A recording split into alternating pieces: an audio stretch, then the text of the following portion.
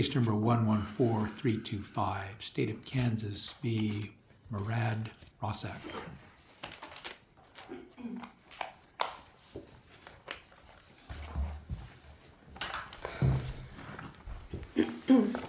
May it please the court, Corinne Gunning of the Appellate Defender Office, appearing on behalf of Mr. Razak. I would again request 3 minutes for rebuttal. 3 minutes is granted. Brief factual background. In 2011, Mr. Razak was charged with 1 count of aggravated indecent liberties with a child, an on-grid offense, after the parents of a 15-year-old girl reported him to the police for having sex with their daughter. Mr. Razak was convicted of this charge in December of 2014. For trial, the state requested to put on evidence of Mr. Razak's 2005 Missouri convictions, one for a felony crime, one for just another sex crime, the facts of which involved 2 7-year-old girls. The court allowed this evidence to be presented over defense counsel's objections, and again, Mr. Razak was convicted. At sentencing, based on those 2005 convictions, the court found Mr. Razak a persistent sex offender and sentenced him to double the base sentence on the sentencing grid, a sentence of 176 months.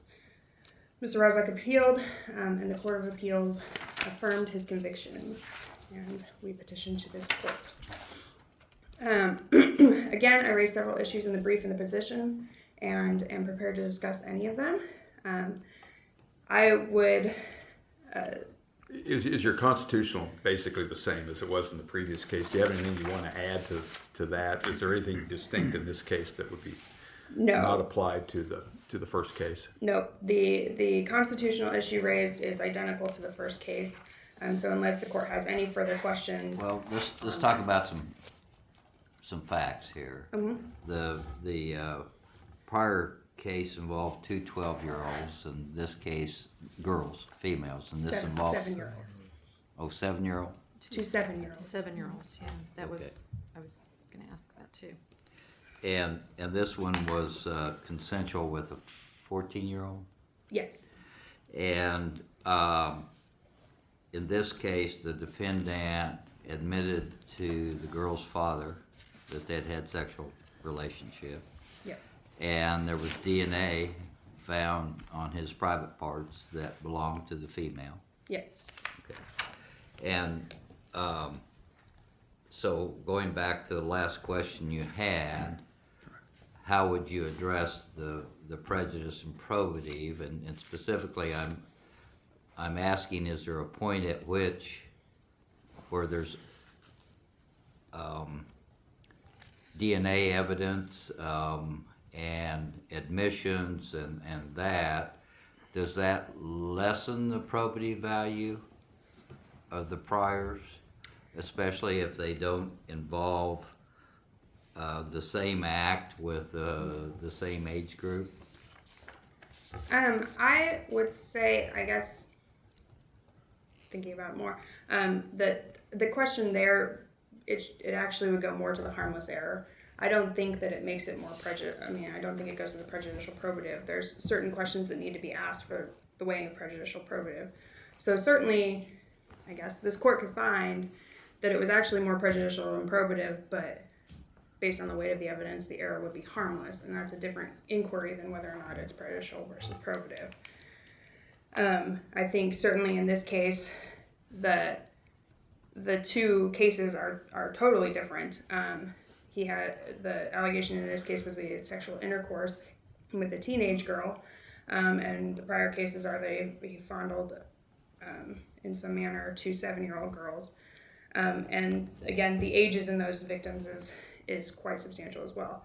And so the factors that the court in LeMay sets out is to look at how similar the acts are. These acts were not similar. The closeness in time. Again, it's a 6-year difference, which is not nearly as large as most. The frequency of the prior acts, they happen once. This is one instance. Presence or lack of intervening circumstances. I don't know that there's particularly any intervening circumstances except for Mr. Razak's move to Kansas from Missouri. And then the necessity of evidence beyond testimony is already offered at trial. I think very clearly in this case, there was no necessity for that evidence beyond what is being testified to at trial. The larger problem that I find in this case, which kind of goes back to part of the argument that we had about the constitutionality question, is that the district court, did not in any manner consider the facts of the case, the prior case.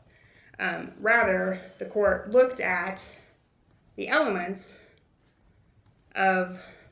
statutory elements and said, well, that seems the same as what happened here, so that crime is the same as this crime, when it's definitely not. The facts, he didn't even consider the facts of the case. And then, in fact, the limiting instruction that the court gave, as it was, also did not get into any factual information. As counsel pointed out, the facts of the case came in a 2-sentence statement from a detective who looked into the case and saw that he had these convictions. But the limiting instructions of the jury just simply listed the elements of the offense. He was convicted of, I believe, sodomy, and the elements of sodomy are this. He was convicted of this other, can't think of. Misdemeanor child molestation. Yes. And the elements of that are this, which both of those statutes encompass large amounts of conduct, which actually could include the same conduct that Mr. Rozak was accused of in this case, but it was not factually the same conduct as Mr. Rozak was accused of in this case. So I think that the way that, in my opinion, the way that the court approached the question in this case, as was asked in the last argument, how does a court abuse its discretion in this way when they do not consider, as counsel said, if the court completely ignores any real assessment of the prior crimes, then that is an abuse of discretion, and that's what happened in this case, is that the district court judge completely ignored the facts of the case. How do we know that? He was not presented with any facts beyond the 2-sentence statement. He was presented with the evidence of the 2 crimes that they're charged. We know that he looked at the elements of those 2 statutes and he said, well, these statutes are this, But we're confident that he did not have any of the underlying documents, anything that would have alerted him to the facts of that. I mean, is there anything? Is there a record made of what he knew or didn't know? No, there's no record, and so based on what I have on the record, I see that he was he made his decision based on the elements of the offenses. And I think that's just based on transcript. right.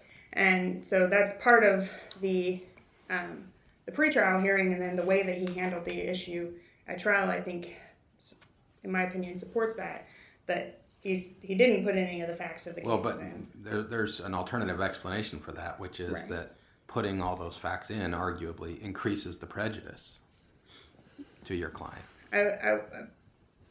That's possible. Defense counsel asked to be able to talk about the facts, and the court said no. And so, I mean, In front of the jury. yeah, Yeah. That's my colleague's point. yeah. You can't really fault the judge in front of the jury. Right. Limiting it, at least not from your perspective. I suppose we would have a different question about invited error if it had been given. So how? Basically, what you're saying is that the elements of the crime may be one way to look at it, but how similar do the prior acts have to be to the one that's he's standing for trial in the present case? I mean, where's that line drawn? I suspect you're saying the child victims in the priors are different than the victim here because she's 14. But why does that? Explain to me why that's different. I mean, I understand that it is. It might, but why is that a factor that should be considered beyond the elements of the crime? well, that's isn't that the main argument here? Is the age difference in the victims? the age difference and the type of conduct involved. There is also a difference between. I mean, fondling and isn't sexual intercourse. it's illegal conduct in either case. The same kind of conduct in either case. You're engaging in conduct in which the victim doesn't have the capacity to consent. Right. But I think, I mean, just the way that our statute set it out, it's clear there's a difference between them because if he Well, it's a greater punishment. yeah. So I think that there is a difference between, if you look at the ages, if you look at different genders, I mean, there's lots of things that we can look about. If the previous victims are male and the new victims That are would make a female. difference. Why? Because I think that it affects how the jury evaluates that evidence. Because if we're looking at I'm just not clear propensity. about your gender distinction, but why would that make a difference? I guess from the perspective of the state, what the state argued is, well, he has a general propensity to commit sex crimes against underage girls, and I think that's too broad of a brush to paint. Would that make a difference in the lustful disposition? Potentially. Yeah, possibly. I don't. I mean, again, the lustful disposition I don't think is valid on its own any longer. If there's no other questions on this issue, I would like to talk about the waiver issue from the supplemental brief that the court. Just to Discussed. clarify on the constitutionality, we don't have an equal protection argument, do we? No. Okay. In this case, Mr. Rozak filed a supplemental brief. He requested the Court of Appeals that he be allowed to file that supplemental brief, and court granted that, and he filed that challenging raising a speedy trial issue. The Court of Appeals found that his supplemental issue was improperly briefed for failing to strictly comply with Supreme Court Rule 6.02A5, which requires a pinpoint reference to the location in the record on appeal where the issue was raised and ruled on. And so based on this, the court, I guess they also somewhat reached the merits, but they presumed that his claims were unsupported by the record and that the district court was correct when it found against Mr. Rozak on the speedy trial issue. I think there's a lot of problems with the court's opinion as far as finding this to be improperly briefed, simply because if we allow indigent defendants or any defendants, anyone who's represented by counsel, to file a motion to ask to have a supplemental brief and that's granted, there are some problems with holding them to the same standards as attorneys, especially when they have absolutely no right to have the record. Our clients, there's case law from this court that says if your attorney is given the record, you don't have a right to have another copy of that record. Even if they did have a right to have another copy of that record, it would cost them, on average, 50 cents a page. In this case, Mr. Rozak's record on appeal is 1,845 pages, which would be over $900 for him. As an indigent defendant, he certainly does not have that. While there is, according to Supreme Court rule, there's access to the defendants, at the clerk of the court, he has no ability to go to the clerk of the court to see them. So there's lots of practical limitations on him complying with this rule. I understand the Court of Appeals said it was not properly before them, but then they went ahead and ruled on it. I mean, they included language, I paraphrased it, but something to the effect that he had requested these continuances. He was granted 7 different attorneys in a 3.5-year period between arraignment and trial. The continuances for 3.5 years to support this are denied because based upon speedy trial, because he's the one that caused the continuances. Basically, that's what they concluded. They kind of did not a pinpoint site, but even if there was, this is what we conclude. Right. That's what they did.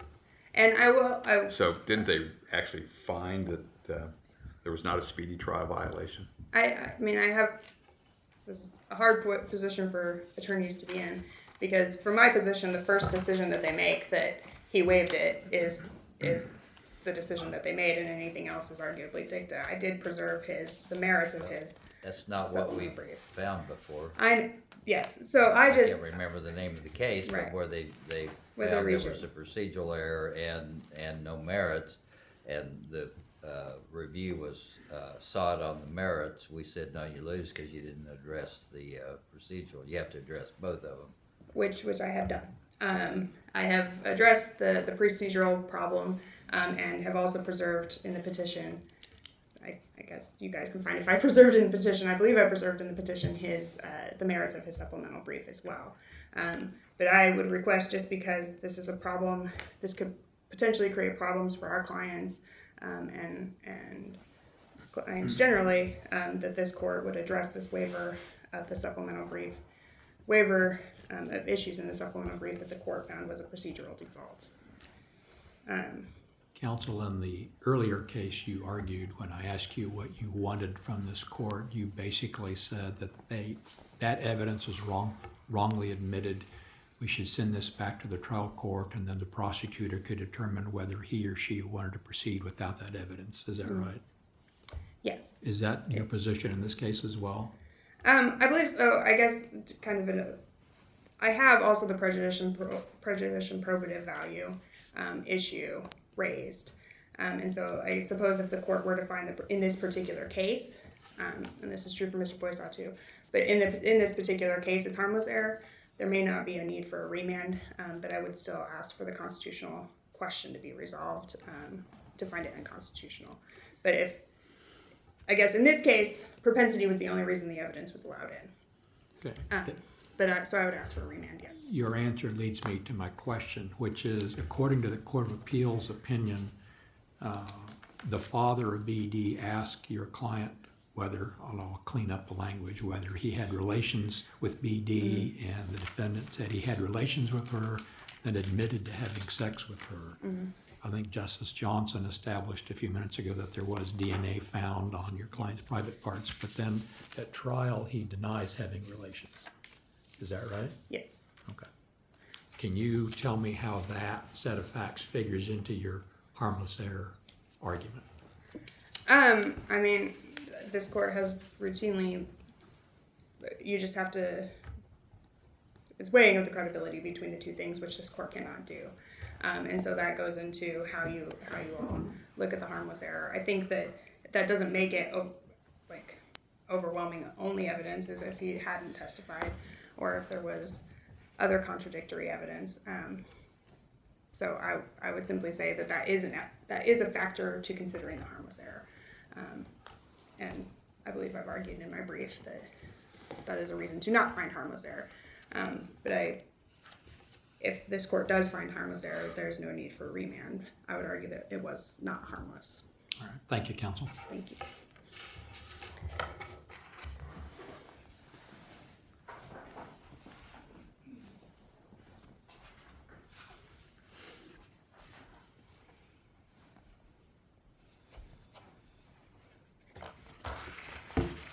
May it please the court and counsel, Assistant District Attorney Matt Maloney for the state. Because the constitutionality arguments are the same in both cases, I'll just move right to the specific facts of this case and the probative prejudice analysis and harmless error. Why isn't this the abuse of discretion case that we were talking about, speculating that might be? Right.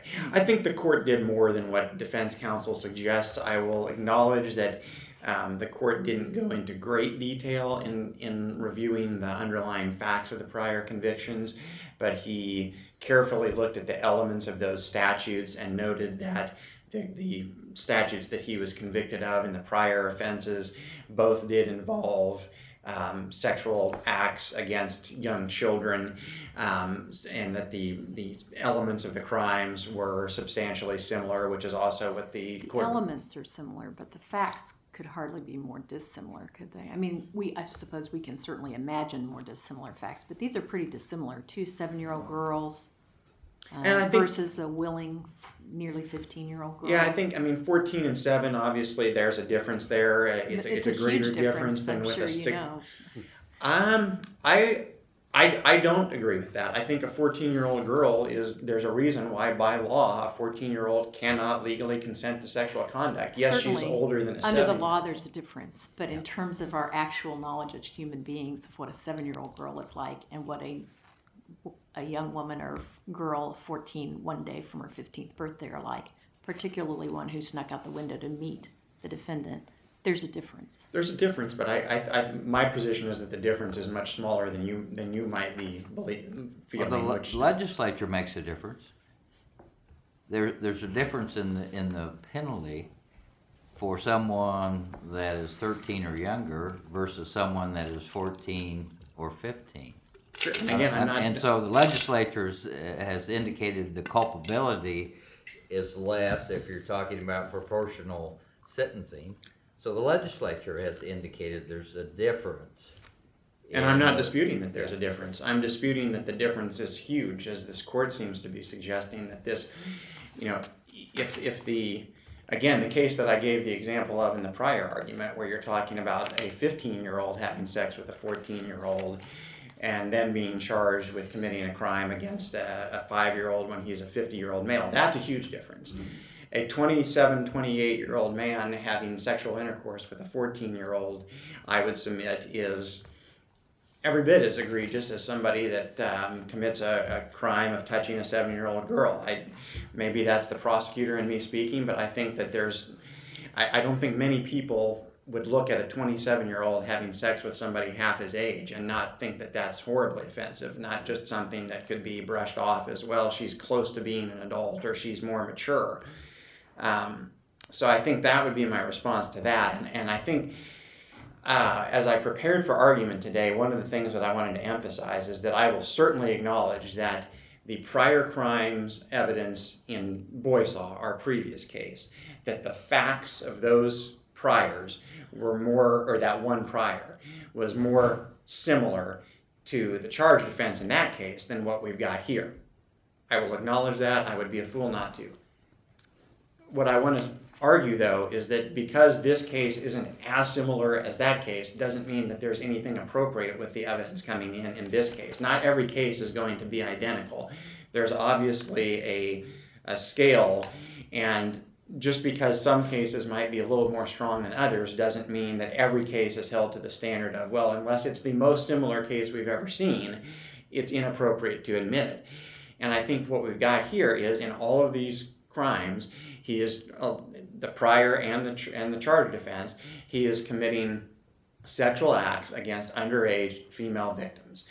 I think that under this court's case law, since Prime 2s and since the statute was amended, yes, there has to be a similarity, but that similarity does not have to be so strikingly similar that it would come in, for instance, under the old 455 analysis. And I cited 2 cases in particular in my brief, Bowen and Remmert, in which I think that I think stand for that proposition.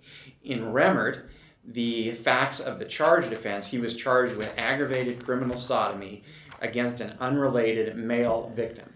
The prior crime that was admitted into evidence and that this court found was appropriate was aggravated incest against his stepdaughter. So we have sexual conduct with an unrelated male and then sexual conduct with a family member who's a female. And in that case, the court ended up finding that evidence was properly admitted. And in Bowen also is a situation. That Remmert is a pre-Prime 2 case, isn't it? If I said pre-Prime 2 or post-Prime 2, it was after it Prime came in 1. under the traditional 6455 analysis.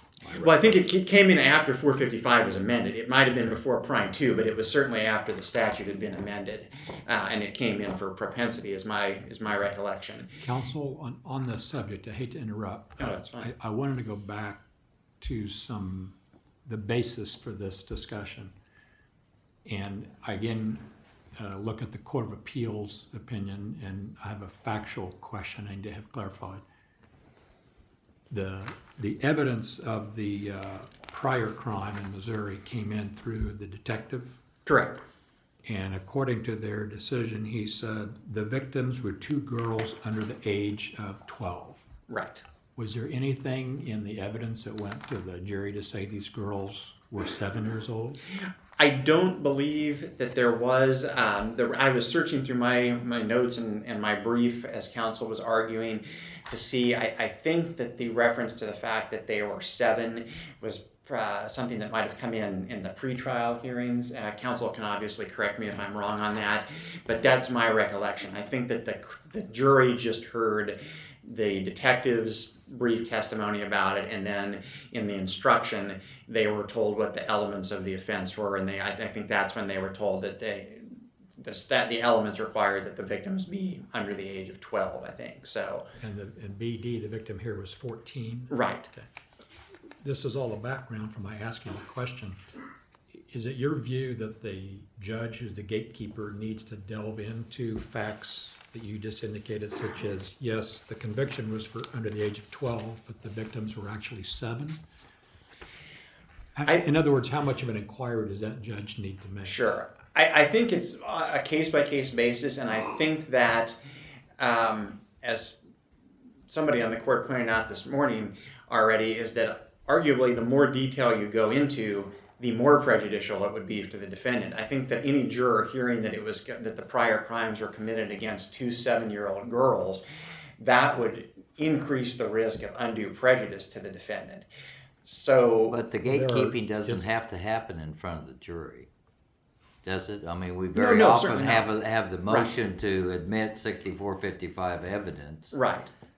And so I think the chief is asking, when the court makes the decision, the legal decision, how much factual detail does it need to go into? Sure. I think clearly the more detail that the court goes into and the more it looks into it, the better. I certainly don't think, especially with doing it outside the presence of the jury, there's no harm that can come from the court gathering as much information as he or she can about the prior offense. But ultimately, what the court then decides to filter to the jury, obviously, is what will impact the prejudice or probative value that the evidence ends up having once it's admitted. Do we know in this case whether the district court was aware of the underlying facts of the prior conviction?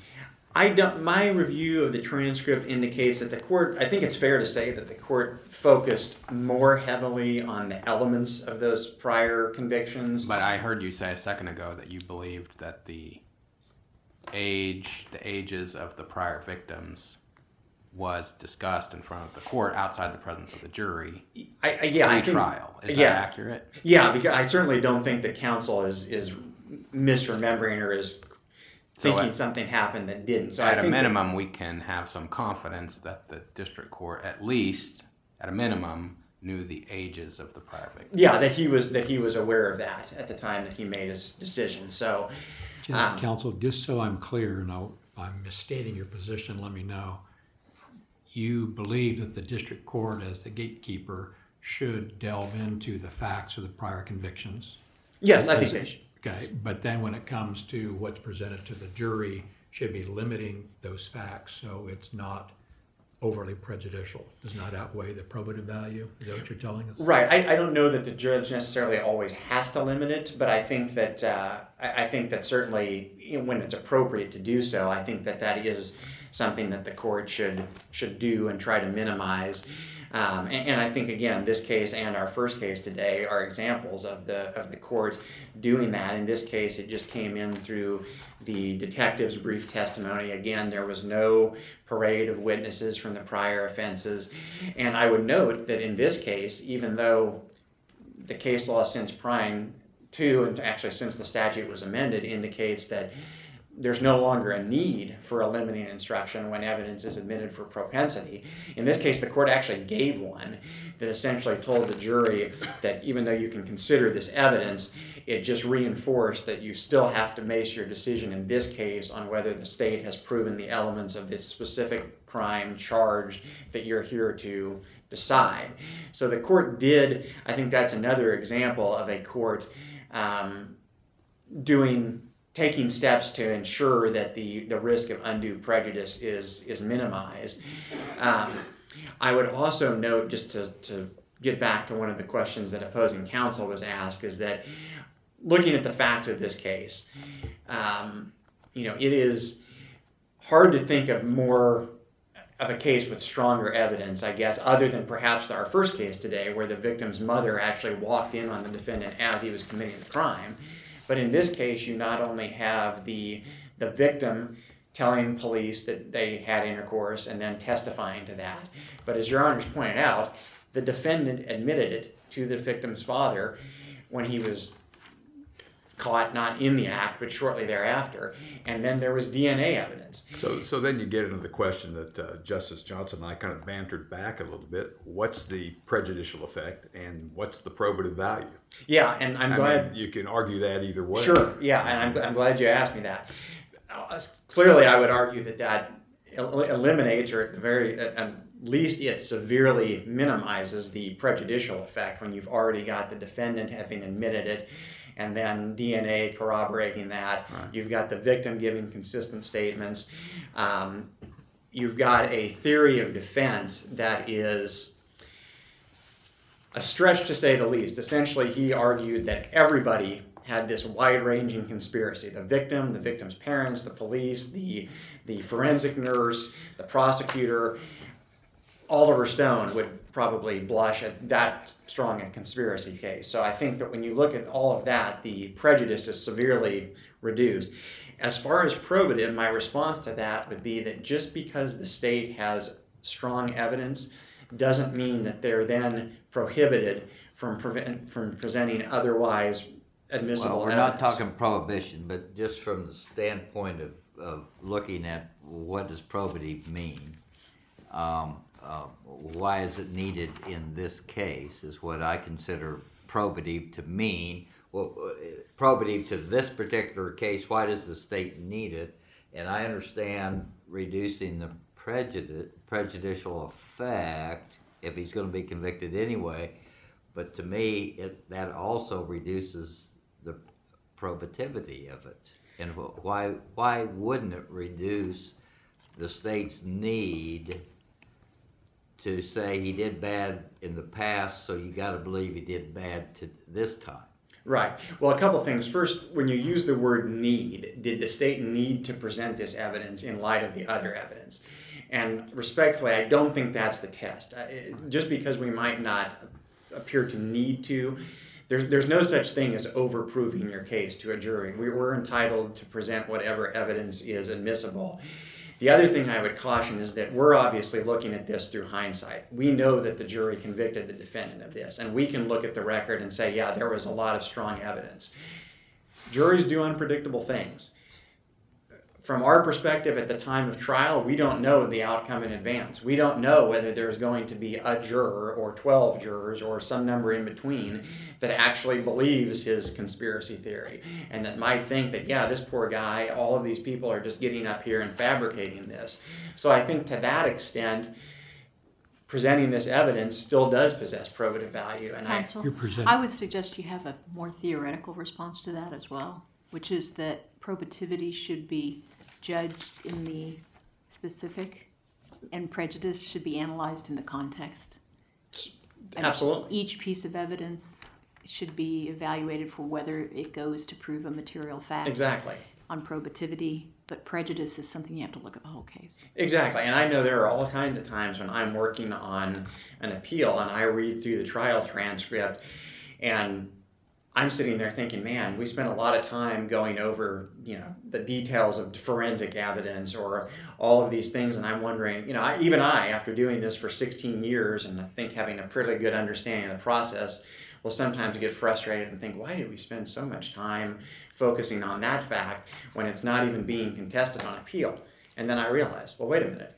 This was back at the time of the trial. We didn't know what's going to be contested by the defense. We don't know what one piece of evidence the jury might come in after the fact and say, if only you had spent more time proving this, we would have convicted. And so I think that you're exactly right, Your Honor. You look at each individual piece of evidence, and if it is probative and material, the state is allowed to admit it, whether You're allowed to present it to the trial court, who will determine whether its probativity is outweighed by prejudice. yes, You're whether not it's okay, yeah, right. okay. And then if the judge says you are entitled, then we review that for that judge's abuse of discretion, correct? Correct. Yes. Okay. Yes, and so I think And would you agree then, if you're gonna look at it in isolation, you know, what does the prior conviction add to the calculus in and of itself? Then that's where the similarities would come into play. The dissimilarities makes it less probative. Would you agree with that? yeah, I think that's a fair characterization, and I think that's why I cited cases like Bowen and Remmer to show that the similarity requirement doesn't require that they be identical, doesn't even require that they be obviously the same statute, same crime that you're convicted of. And I think the way that the Court of Appeals phrased it in this case is that both the prior offenses and the charged conduct involved sexual conduct with young girls. And I think that is sufficient to me. While it might not be sufficient if we were here arguing under plan for 455, where we'd have to show strikingly similar, that would be a hard argument for me to make. But when you're talking about it coming in under 455D, and when you look at this court's case law in the last 4 or 5 years and what has found to be sufficiently similar to allow for it to be probative, I would argue that this case fits within that general context, and that what we have here, while maybe not as similar as what we have in Boysaw, it's still similar enough. And so I would just because these cases are being argued back to back, I guess that was the one point that I really wanted to stress this morning, is that I would urge the court not to simply compare the two cases and think that because the similarity in this case isn't quite as much as in Boysaw, that means that anything was inappropriate with admitting the evidence here. Finally, just to touch on it, I know it was briefly touched on already, but just the harmless argument in this particular case, given the facts and the strength of the evidence, the DNA, the victim's statements and testimony, and the defendant's own confession in the immediate aftermath of that, I would argue that clearly any error that might have occurred in this case was harmless beyond a doubt. And then I know I'm out of time, so I'll spend just about 20 seconds with the court's permission to address the issue of the supplemental brief. My position is that this pro se supplemental brief, yes, the defendant absolutely should be held to the same standard that an attorney is as far as having to cite the record and appropriately brief matters. As this court, I'm sure, is aware, at the trial level, when a defendant makes the choice to represent himself, then he or she is expected to follow the same rules. They don't get any slack at the trial level. But they'd get a transcript.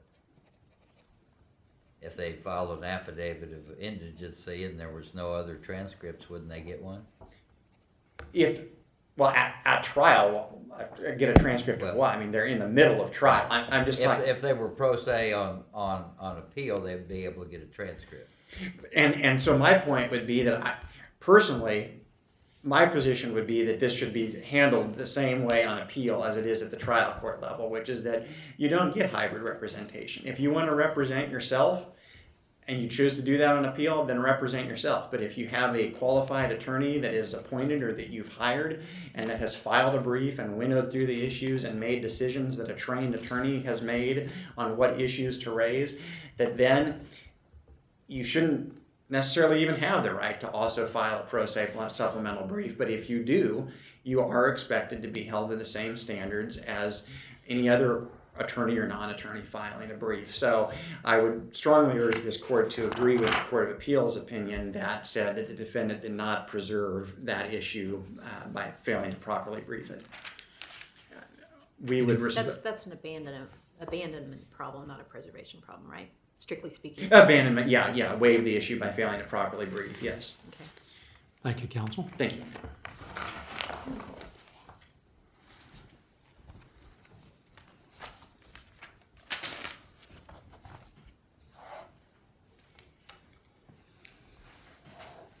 I would say that the way that the court looked at the issue in this case is this, as far as the 6455 evidence, really highlights the problem with the statute. I know we did not discuss the statute in this case, the constitutionality, but it really highlights the often abandonment of the gatekeeping function that the district court is supposed to have. In this case, in Mr. Boisaw's case, they found that the evidence probative to prove several things, including propensity. In this case, the state asked for, and the court granted, the ability to introduce evidence only for the purposes of propensity, without really considering any of the facts of the case. So I think that this case really demonstrates the problems with allowing only propensity evidence to come in. I have a question. in I have a sex record offense case. question, counsel. Yes. There was a reference during your opposing counsel's argument to discussion with the judge outside the presence of the jury, giving us some reason to believe the judge was aware of the girls' ages in the prior crimes. Can you direct me to where in the record I can find that? I don't believe there was a specific discussion of the ages of the girls. I think We don't have a transcript on that. right. The discussion. All we have yeah. is a transcript about the elements of the crimes. Right, and Okay. that's what the court considered. How do we know the ages of the girls then? And It's got to be in the record somewhere, right? This goes to your point earlier. That I believe the volume 2 has some information in it about the facts of the prior crime. But they were just not discussed. Where is it? Is it in some kind of pleading somewhere, or is it? I mean, we're just trying to figure out. Yeah. How do we have this disparity? I was looking at the record that I brought with me today, and I don't have volume 2, but I believe, from my recollection, that it is either an affidavit in which it was looked up by the law enforcement. I don't believe that they actually brought the journal entries, but yes, it is there. The facts are in the record, but it was not actually brought up to the district court. And in fact, the state asked. Well, but if it's in the record, don't we have to assume the district court was aware of the ages? I would certainly hope so. It did not seem to factor into Okay. his decision. Where do you think the line is in considering propensity evidence? It certainly isn't facts like we consider in preparation plan, facts so similar, strikingly similar. It's not that, is it? That the court would consider as being probative and allowed in. Where would you draw the line, or what are we looking for here? State's kind of a broad brush here. Where would you put it? The propensity evidence? Yeah, where should the line be drawn in determining its probative and prejudicial value in terms of the similarities of the prior crimes? I mean, we're not looking at the whole idea of modus operandi and plan where it's so strikingly similar. Right. We're not looking at that, are we? I don't believe Is that so. where you're talking? So where is it? I don't know if I can draw an exact line, but I think that the factors, the weighing of the factors as outlined in LeMay is a good place to start. Again, I would say that there shouldn't be any propensity. I understand evidence, that, but right, I understand that's your first. But if Yeah. we get there, where is it? And the similarity of the offenses is one of the factors to be considered as set forth in LeMay. And obviously, it doesn't need to be so strikingly similar to the previous. Right. But weighing how similar it is, along with other things, along with the other 4 factors, I think is a good place to start if we're going to allow propensity evidence in sex offense cases. Counsel, you're out of time. Would you like 15 seconds to summarize where we are? I would just say in this case that I would ask this court to find the statute unconstitutional under the Kansas Constitution and find that the district court wholly abandoned its gatekeeping function for the weighing of the prejudicial effect versus the probative value of the evidence and as such abused its discretion. I would argue that based on how the evidence came in, it is not harmless to allow it in, and would ask this court to reverse and remand for a new trial. Very well, thank you. Thank you. I thank both counsel for your arguments this morning. Court will take this matter under advisement. This time the court's